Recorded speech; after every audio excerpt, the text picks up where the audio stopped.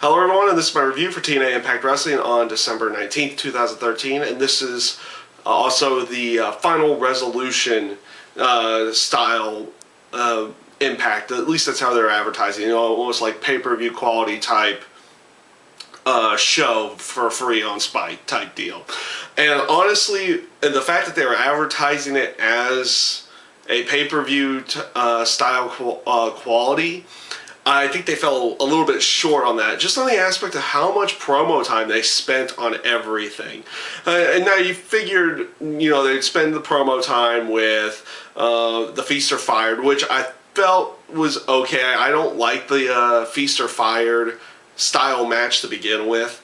Because most of the time, usually someone who gets the World Heavyweight title, they usually do really nothing with it. They kind of just throw it to the wayside at some point in time. Sometimes they do that with the other title matches as well. So it's usually not really led to anything all that good.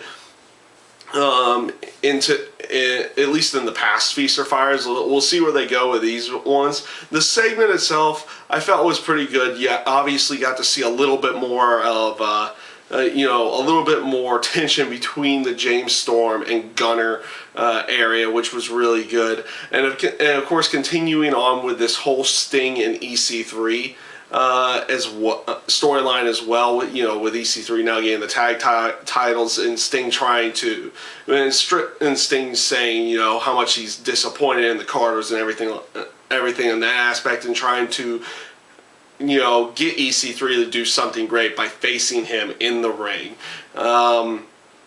So yeah, the segment itself, I felt was really good. Obviously, they probably because of contractual deals or his contract being up, they put the fired case on Chavo Guerrero. So who knows if we'll see him in Impact Wrestling, or if he's going to retire from wrestling or something in that sense. We'll see where that actually leads as well.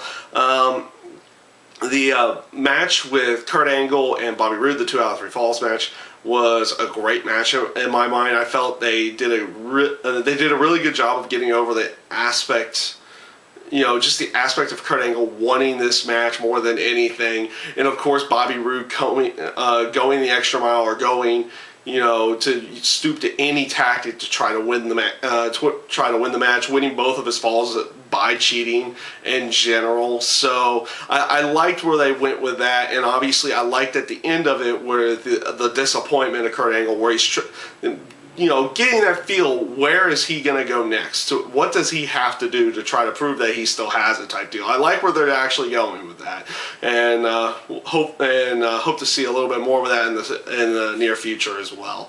I'll also bite with the segment with Eric Young and Joseph Park, mainly just to see this Joseph Park thing finally end. It's been long overdue for them to end the Joseph Park character, and either him, not stick around with the company, or, the character that plays Abyss to retire, or just go back to the Abyss character in general. It's been long overdue, and, this was just another one of those segments that's continuing on that storyline that's going to eventually lead to Abyss coming back. So I'll bite with that segment just to see this end. It was an okay segment in general, and obviously is leading to the 2-on-1 handicap monsters ball match next week with him and Daniels and Kazarian. So we'll see if this comes to an end next week, or if it's going to continue on for a little bit longer. But I see them finally getting rid of the Joseph Park character, and like I said, it's about time. Here's the aspect that I felt they really did come short with, this being like a pay-per-view quality type show. They had to have 2 segments in the show about Jeff Hardy and what you saw a week before. Basically him cutting 2 promos throughout the show. And I really felt they could have just left it at the first promo at the beginning of the show, that he left, he was talking with Magnus, and then kind of just left, leaving it question mark whether or not he was going to sell out and go with Dixie Carter, or if he was going to actually, try to win the match legitly. in general. I didn't feel they needed the second segment and second promo where he says he wasn't gonna do it, and then Dixie Carter coming out and trying to strong arm him into, you know, still selling out and being her guy at that point. Like I said, I felt they did a great job from the week before setting it up that, you know, maybe Jeff Hardy was going to side with Dixie Carter, and then continuing that with that first segment. And they could have left it at that throughout, left it just right there, and then, you know, continued on with that throughout the actual match. And it would have actually, you know, it would have actually felt a little bit more natural when Magnus was the one that, you know, ends out celebrating with the Carters and everything like that at the end of the match. At the end of the match with the World Heavyweight title. And in general, the match itself, I'm not real. Hopefully, this is the only time they ever use this match, because I didn't really care for it all that much. Great in-ring action with the steel cage, and, you know, 95% of the match stayed there. And that's what I guess that's what it needed to be. There wasn't too much outside of the one spot with the ladder with Rockstar Spud pushing over and Jeff Hardy landing on the entranceway, which was a very crazy spot to see and a great spot. But you know, just adding that extra stipulations to already existing matches with another match that's already existing as well, with the steel cage and then the ladder match, I don't really care for that all that much. It's almost like the reverse battle royals that they had back in the day, where you had to get into the ring and then you had to start throwing people over the top rope. It never came off all that well.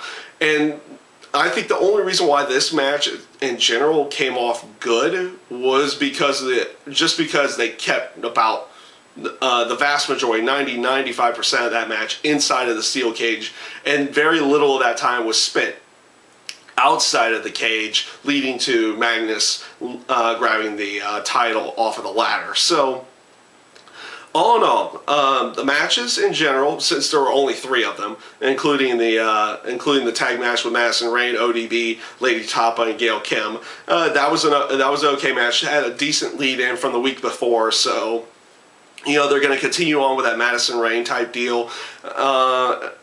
At least that's where I think they'll go, because they were trying to push ODB to the side. So, and of course, with Madison Rayne getting the pin, they're obviously going to go with a more Madison Rayne, Gail Kim type feud here in the near future as well for that.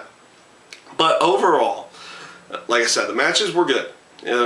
Too bad there was only 3 of them. They could have probably taken out or spent a little bit less time on some of these other segments and put in another match of some kind with the X Division title with Austin Aries or something, and that aspect in there to, you know, give more time for in-ring action versus so much promo time. Because usually when you give pay-per-view quality, it's more focused around the matches, not around just segments and promos, which this show was a lot of. It was at least, it felt like it was a good hour of segments, and then the other hour was spent in the ring. And like I said, you didn't get many matches to begin with at that point. So I felt they fell short on making like a pay-per-view quality show. But the matches themselves were really good. So, you know, it's a double-edged sword. Yeah, I feel, you know, good job with the matches. But too much time with promos in general. So yeah, that's why I feel like it fell short of the pay-per-view type the pay-per-view type feel. And yeah, that's pretty much all I have. So this was my review this week for TNA Impact Wrestling. I thank you guys for watching, and I hope you enjoyed.